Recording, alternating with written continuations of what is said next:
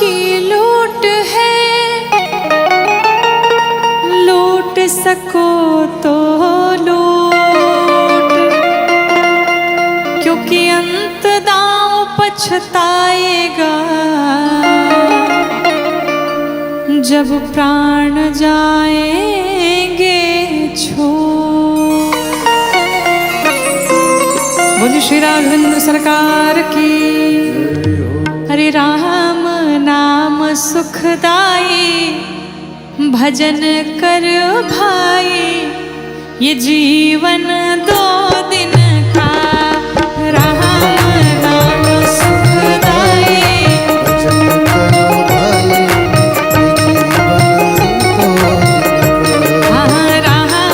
नाम सुखदाई, भजन कर भाई, ये जीवन दो दिन का।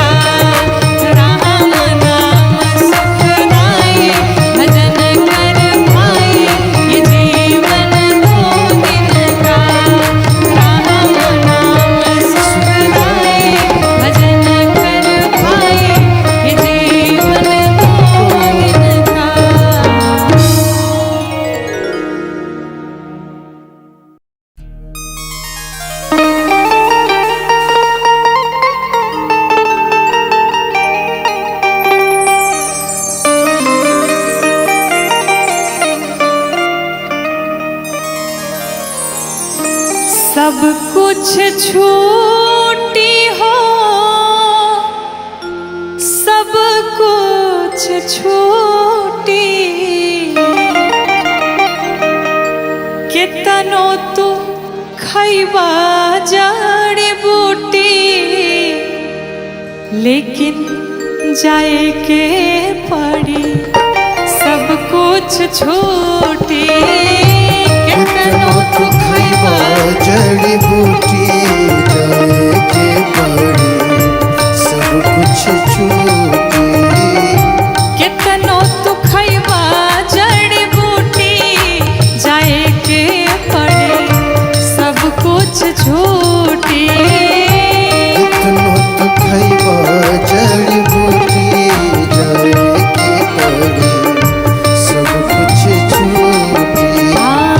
सब कुछ छूटी हो, सब कुछ छूटी, सब कुछ छूटी हो, सब कुछ छूटी। कितनो तू खैबा जड़ी बूटी, जाए के पड़ी सब कुछ छूटी। कितनो तू खैबा जड़ी बूटी, जाए के पड़ी सब कुछ छूटी।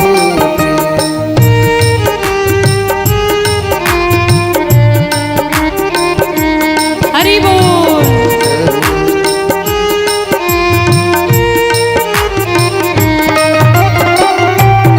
राघवेंद्र सरकार की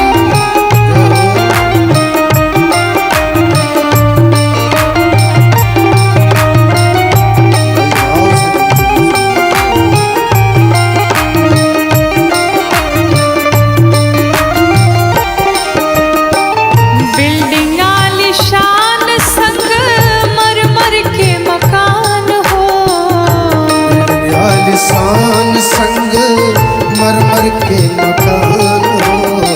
सारा मृत्यु लोक के साधन समान हो। सारा मृत्यु लोक के साधन समान हो। बिल्डिंग आलीशान संग मरमर के मकान हो। आलिशान संग मरमर के मकान हो। सारा मृत्यु लोक के साधन समान हो। सारा मृत्यु लोक के साधन समान हो। जाई नाही साथे कौड़ी फूटी, जाए के पड़ी सब कुछ छूटी। जाई नाही साथे कौड़ी फूटी,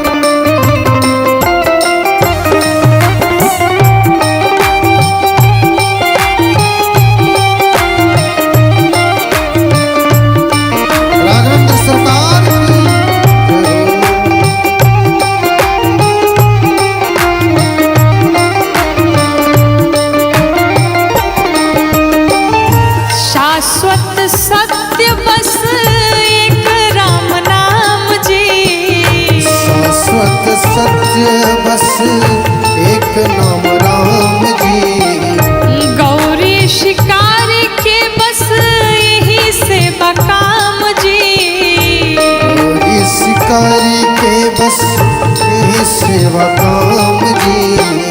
शाश्वत सत्य बस एक राम नाम जी। शाश्वत सत्य बस एक राम नाम जी। गौरी शिकारी के बस यही से बकाम जी। गौरी शिकारी के बस यही सेवा नाम जी। राम धन के केहू नाही लूटी, जाए के पड़ी सब कुछ झूठी। राम धन के केहू नाही लूटी, जाए के पड़ी सब कुछ झूठी। कितनो तू खइबा जड़ी बूटी, जाए के पड़ी सब कुछ झूठी। कितनो तू खइबा जड़ी बूटी, जाए के पड़ी सब कुछ झूठी।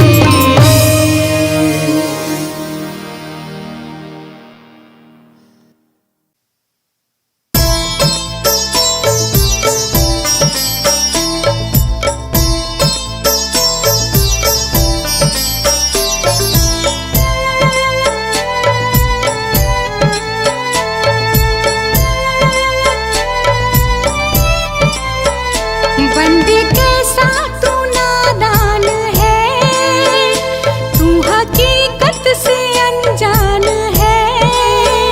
बंदे कैसा तू नादान है, तू हकीकत से अनजान है। यूं तो पल की खबर ना तुझे, जोड़ा बरसों का सामान है। बंदे कैसा तू नादान है।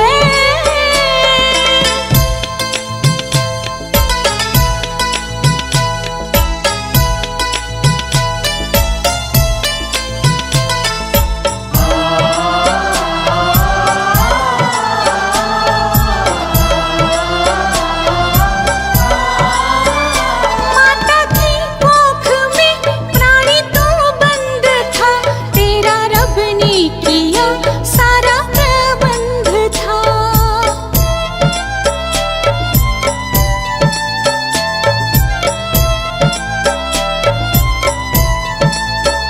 खाना पीना तुझे वही मिलने लगा, पुष्प जैसे कोई तू यूं खिलने लगा। तूने वादा हरी से किया, कोई क्या तुझको ये ध्यान है। यूं तो पल की खबर ना तुझे, जोड़ा बरसों का सामान है। बंदे कैसा तू नादान है।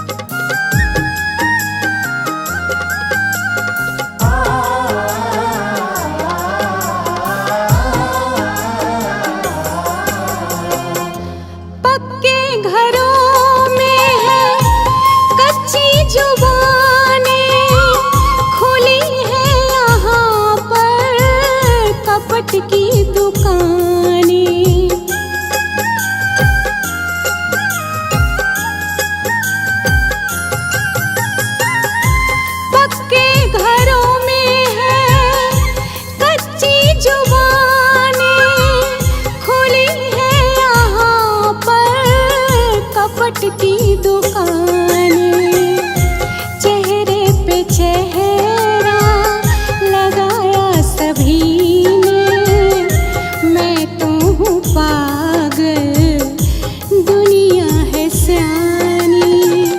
सुनो मेरे मालिक, सुनो मेरे स्वामी, बहुत हो चुका अब करो मेहरबानी।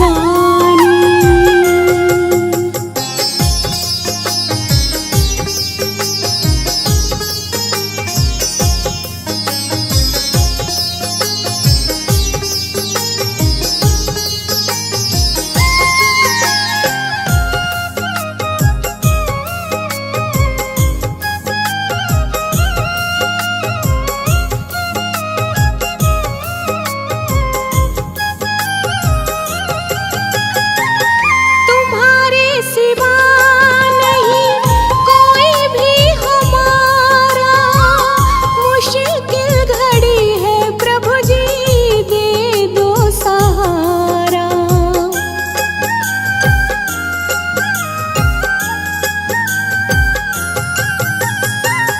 तुम्हारे सिवा नहीं कोई भी हमारा, मुश्किल घड़ी है प्रभु जी दे दो सहारा। खड़ा है बिसरिया दोनों हाथ जोड़े, विनती करे तुमसे रश्मि दीवानी। सुनो मेरे मालिक, सुनो मेरे स्वामी, बहुत हो चुका अब करो मेहरबानी।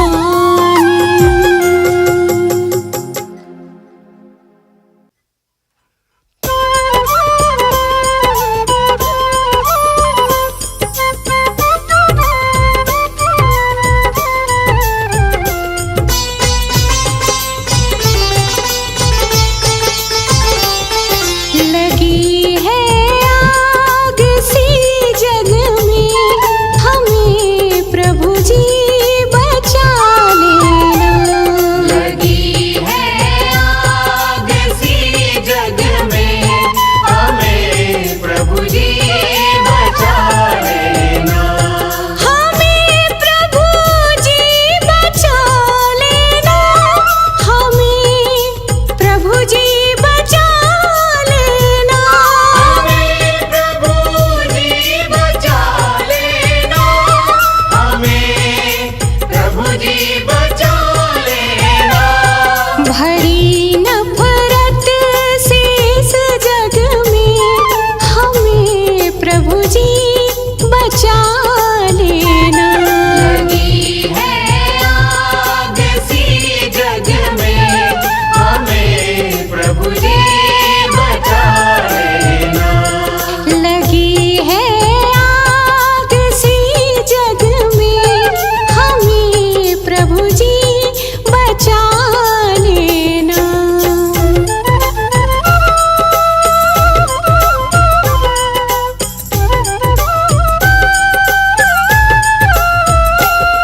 हुई क्या क्या खता हमसे, छुपाना पड़ रहा चेहरा।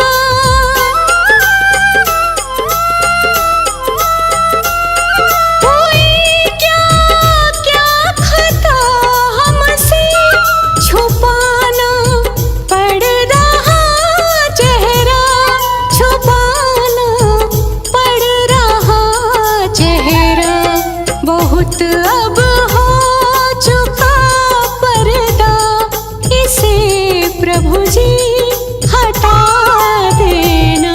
लगी है आग सी जग में, हमें प्रभु जी बचा लेना। लगी है आग सी जग में, हमें प्रभु जी बचा लेना।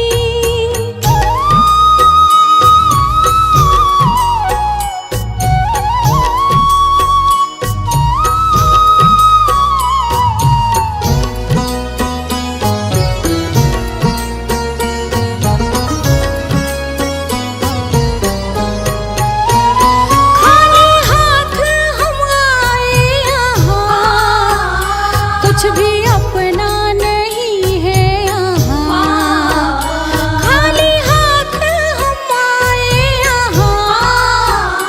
कुछ भी अपना नहीं है यहाँ, कर्म कर ले तो बस फल की चिंता न कर, बाकी सोचो प्रभु है कहाँ। मिलजुल कर रहो तुम सभी, वैर करना न किसी से कभी। प्रभु नाम जपो उनका ध्यान धरो, होगा जीवन में दुख न कभी। 2 दिन की है ये जिंदगी,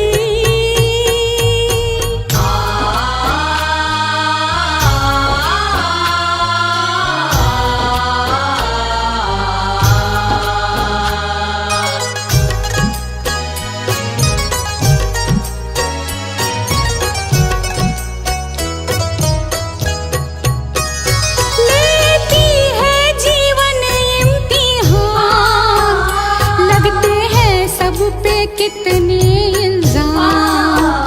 लेती है जीवन इम्तिहान, लगते हैं सब पे कितने इल्जाम। कोई कुछ भी बोले, कोई कुछ भी सोचे, पर करना सभी का सम्मान। खुद समझ जाएंगे वह सभी, झुक जाएंगे एक दिन कभी।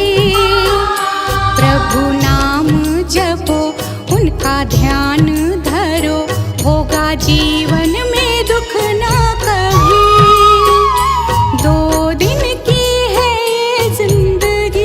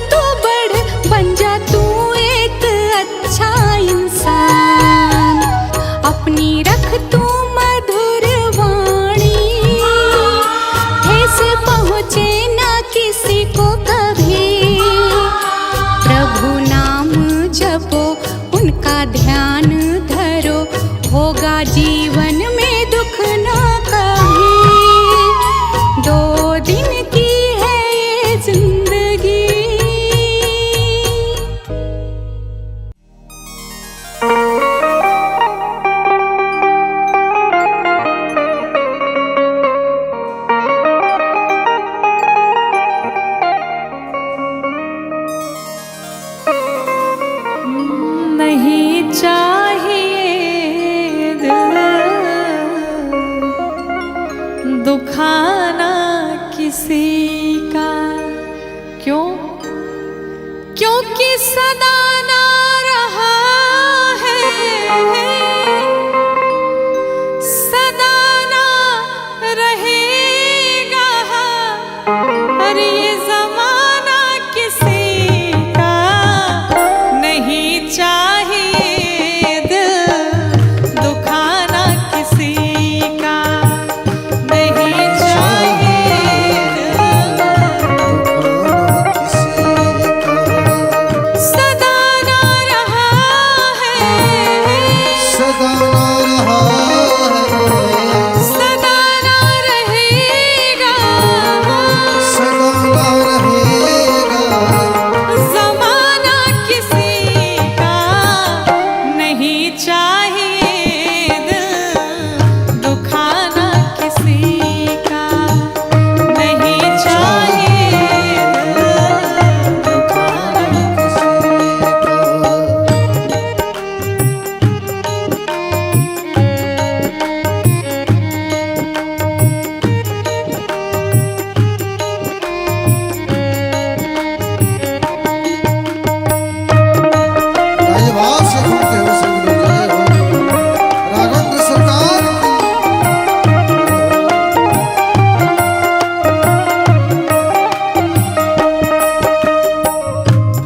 चाहे कोई राजा हो या रंक हो, जब भगवान के वहां से बुलावा आ जाएगा तो कोई बहाना नहीं चलेगा।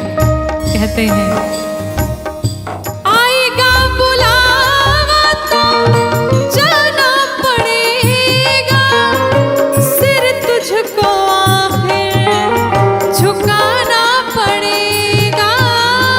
आएगा बुलावा तो जाना पड़ेगा, सिर तुमको आखिर झुकाना पड़ेगा।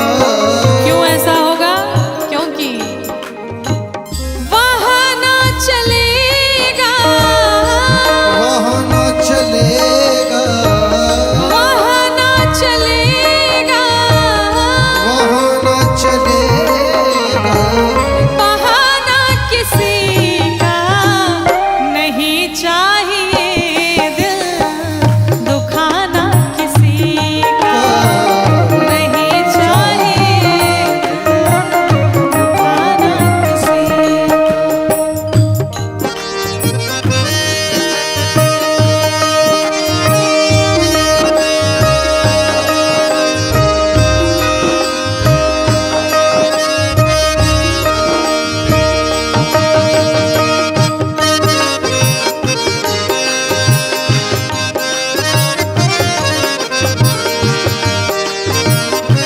बड़े भाव से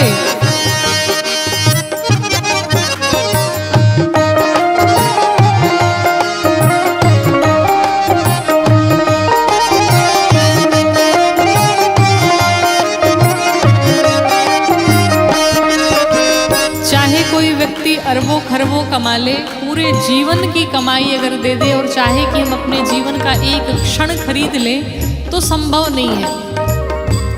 और आपकी जितनी दौलत है सब यही धरी की धरी रह जाएगी। हम मुट्ठी बांध करके आते हैं और खाली हाथ जाते हैं। जाता है हमारे साथ तो क्या जाता है, हमारे कर्म ही जाते हैं। इसलिए सुंदर कर्म किया जाए। साधक कहता है शोहरत तुम्हारी बह जाएगी,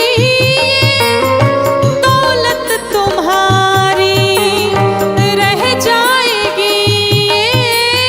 शोहरत तुम्हारी रह जाएगी, दौलत तुम्हारी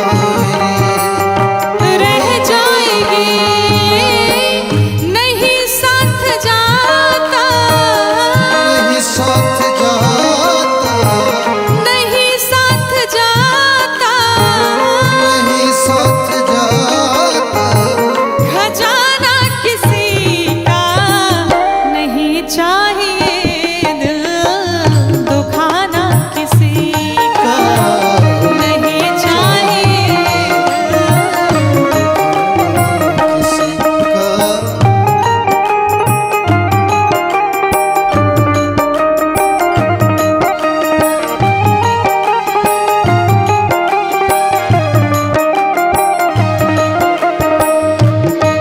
राघवेंद्र सरकार की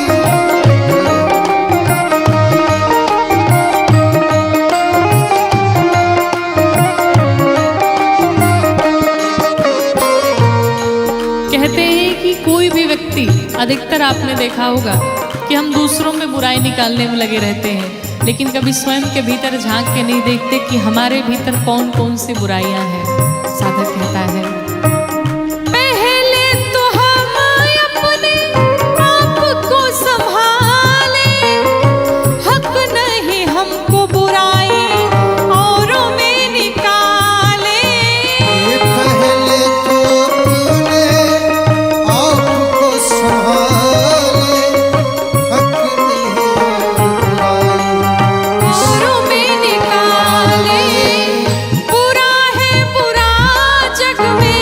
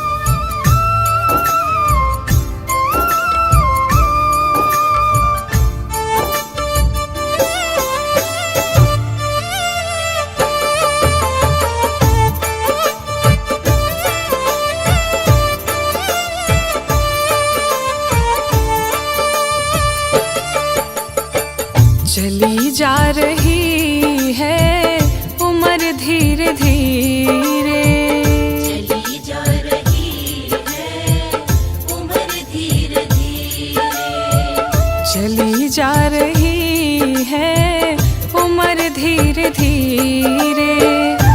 पल पल यो आठों पहर धीरे धीरे, पल पल यो आठों पहर धीरे धीरे, चली जा रही है उम्र धीरे धीरे। चली जा रही है उम्र धीरे धीरे।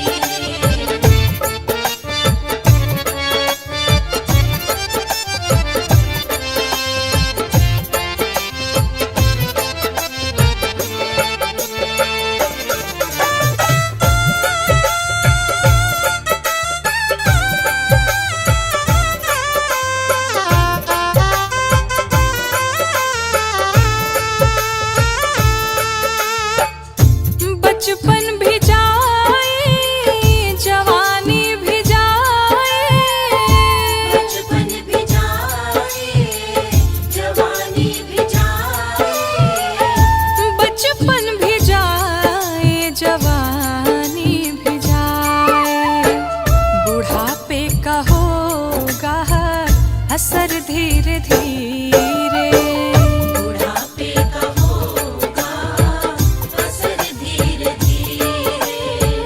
चली जा रही है उम्र धीरे धीरे। चली जा रही है उम्र धीरे धीरे।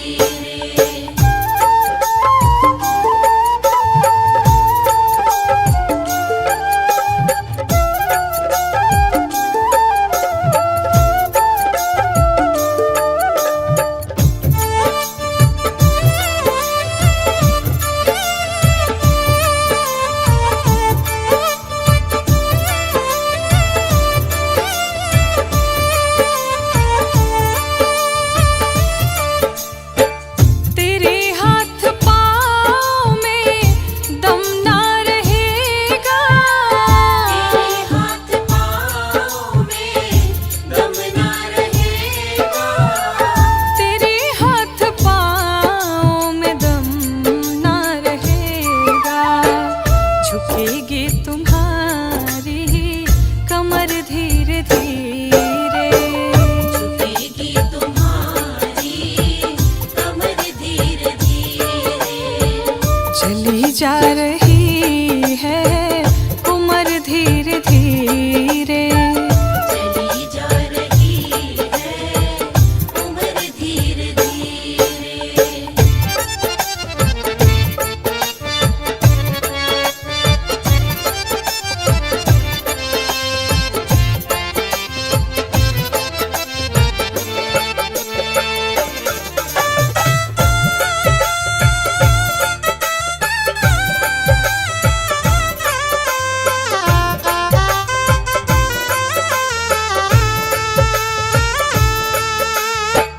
शिथिल अंग होंगे सब एक दिन तुम्हारे, शिथिल अंग होंगे एक दिन तुम्हारे, शिथिल अंग होंगे सब एक दिन तुम्हारे।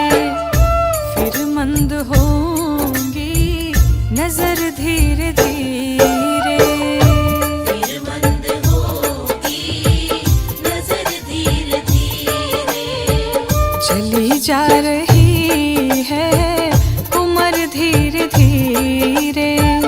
चली जा रही है उम्र धीरे धीरे।